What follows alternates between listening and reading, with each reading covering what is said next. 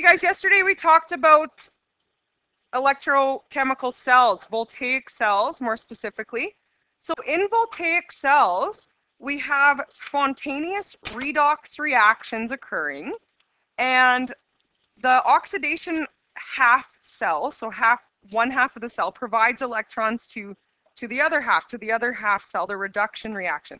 So in the next example, we looked at an acidic dichromate solution as the SOA, and it reacts with copper metal.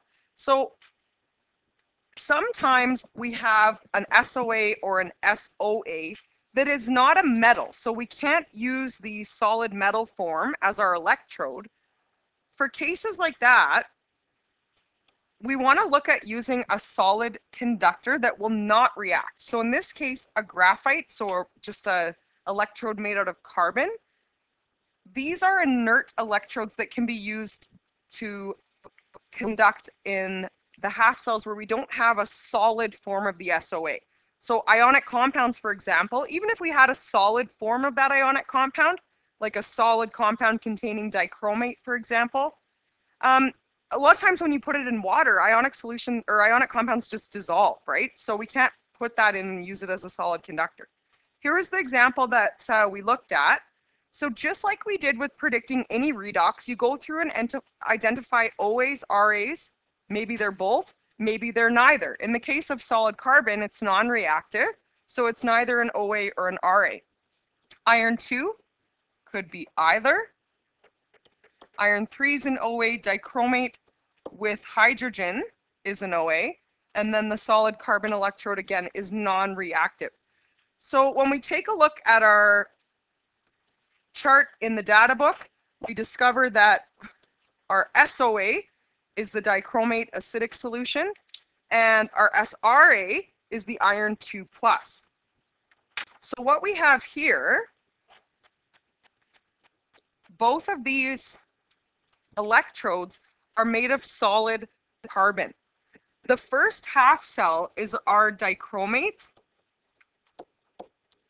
and hydrogen ion solution. Okay, the other side is our Fe2+ and our Fe3+ solution. So if we look at which is the oxidation, which is the reduction, remember your SOA, strongest oxidizing agent, is reduced. Another thing to keep in mind is that gain, GER, gain electrons reduction, this occurs at the cathode. So remember that with the acronym GERC. So this side here is our positive cathode.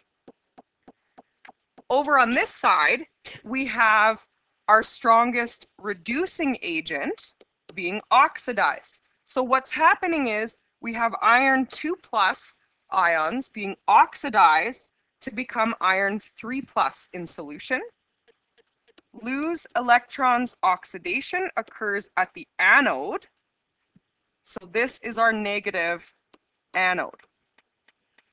It doesn't specify what's in the salt bridge, but it doesn't matter. As long as we have spectator ions, like sodium ions or chloride ions or nitrate ions, this just has to be some sort of conducting, has to contain some sort of conducting electrolytic solution in order to give us a complete circuit. If we take a look at the electron flow, electrons always flow alphabetically. They flow from anode to cathode. So if we were to indicate this with an arrow, we would be showing from anode to cathode.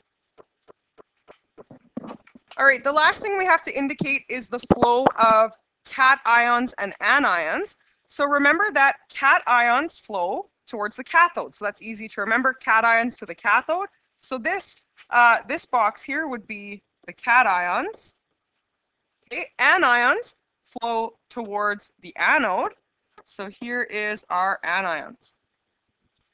And this basically includes everything that we would need for a voltaic cell. So always just indicating where's your cathode, where's your anode, and what's the reaction that's taking place.